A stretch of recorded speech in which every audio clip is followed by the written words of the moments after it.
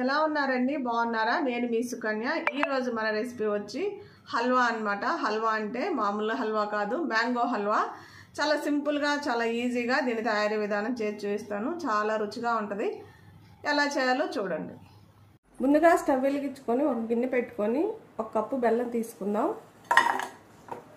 ఇప్పుడు అదే కప్పుతో ఒక అరకప్పు నీళ్ళు వేసుకోండి.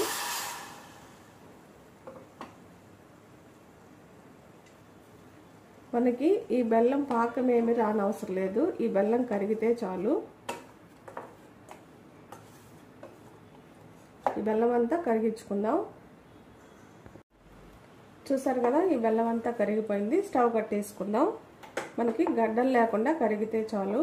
ఇలా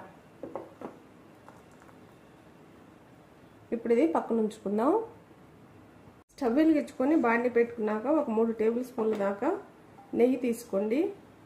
లేదనుకో మీకు మనం ఏ కప్పుతో అయితే బెల్లం తీసుకున్నామో ఆ కప్పుతో 1/4 కప్పు నెయ్యి తీసుకోండి. ఇప్పుడు ఈ నెయ్యిలో పిండి వేసుకుందాం. ఇప్పుడు ఈ నెయ్యిలో 1/4 కప్పు గోధుమ పిండి వేసుకోండి. ఈ గోధుమ పిండిని ఈ నేతిలో వేయించాలన్నమాట. ఉండలు లేకుండా ఇలా కలుపుతూ వేయించుకోవాలి. కొంచెం కలర్ మారితే చాలు, గోధుమ పిండిలోని పచ్చి వాసన పోతే చాలు. చూసారు కదా, గోధుమ పిండి కలర్ మారిపోయింది కదా. ఈ టైంలో మనం ముందుగా రెడీ చేసుకున్న నీళ్లు వేసుకోవాలి. కొంచెం కొంచెం వేసుకుంటూ కలుపుకోండి, అన్నీ ఒకసారి వద్దు. ఇలా ఎందుకంటే పొంగుతుంది అన్నమాట.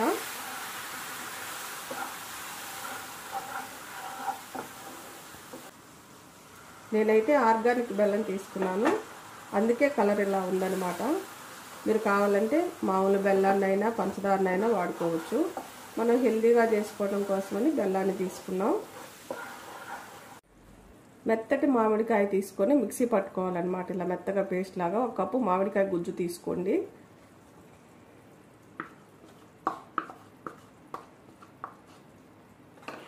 ఈ రెండు బాగా కలుపుతూ దగ్గరికి అయిందాక ఉడికించాలి. కరెక్ట్గా కప్పు బెల్లానికి 1/4 కప్పు నెయ్యి, అలానే 1/4 కప్పు గోధుమ పిండి, 1 కప్పు మామిడికాయ గుజ్జు అనమాట. కరెక్ట్గా సరిపోతుంది స్వీటు అన్నీ కూడా. దీన్ని దగ్గరకు వచ్చిందాక కలుపుతూ ఉందాం. ఇప్పుడు కొంచెం దగ్గరకు అయింది కదా, ఈ టైంలో 1 చిటికెడు ఉప్పు వేసుకోండి. అలానే ఇంకొక టేబుల్ స్పూన్ నెయ్యి వేసుకోండి. ఇది మన ఛానల్లో ఉందండి, హోమ్ మేడ్ నెయ్యి. చూడండి ఎంత పోసుగా ఎంత బాగుందో. కంపల్సరిగా మీకు నెయ్యి తయారీ విధానం కావాలంటే మన ఛానల్లో ఉంది, ఒకసారి చూసేయండి. ఇప్పుడు ఇదంతా బాగా కలుపుదాం. చూసారు కదా, మొత్తం దగ్గరకు వచ్చేసింది. బాండీకి అంటుకోవటం లేదు కదా. ఇంకా మనకు రెడీ అయిపోయినట్టే హల్వా అన్నది. చూసారు కదా, నెయ్యి అంతా కూడా పైకి వస్తుందన్నమాట. మన హల్వా రెడీ అయిపోయినట్టే. మ్యాంగో హల్వా చాలా సింపుల్గా ఉంటుంది, కానీ తినడానికి రుచి మాత్రం చాలా బాగుంటుంది. మనం చేసేటప్పుడు సింపుల్గా అయిపోతుంది అన్నమాట.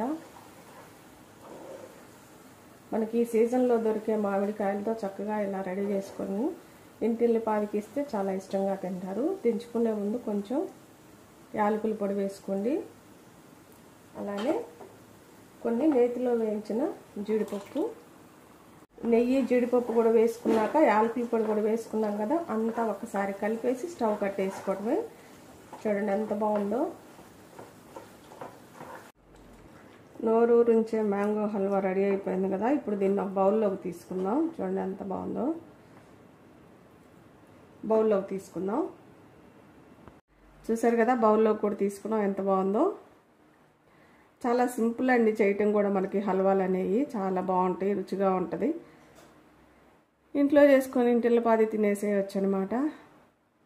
నా వీడియోస్ కానీ మీకు నచ్చినట్టయితే లైక్, షేర్, సబ్స్క్రైబ్.